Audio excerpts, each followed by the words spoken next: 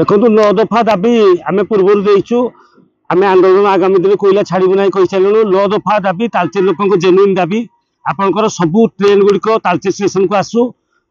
Loop line या सबू गाड़ी गुड़िक जावासवा कर सब ओभरब्रिज या आपंकर गाड़ी पाल भिड़ा हो तालचेर स्टेशन को अमृत स्टेशन करा जाऊ तालचेर स्टेशन उन्नति करा जाऊ ये 9 दफा दाबी आम देचु यथाशीघ्र सरकार न कले आगामी दिन आम आंदोलन करने क्रियानुष्ठान कमिटी निष्पत्ति नहीं तेणु सरकार को आम तालचेर स्टेशन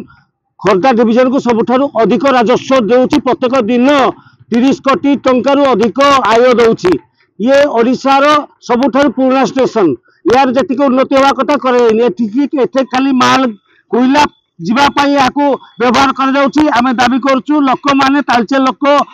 किभली सुविधा ट्रेन जावासवा करें से रेल विभाग जदि दृष्टि न दि जाए आगामी दिन में आम तालचेर खंडे कोईला रेल जगह छाड़ू ना। आज आमर तालचेर क्रियानुष्ठान कमिटी तरफ गोटे तालचेर एआरएम पाखक रेल मंत्री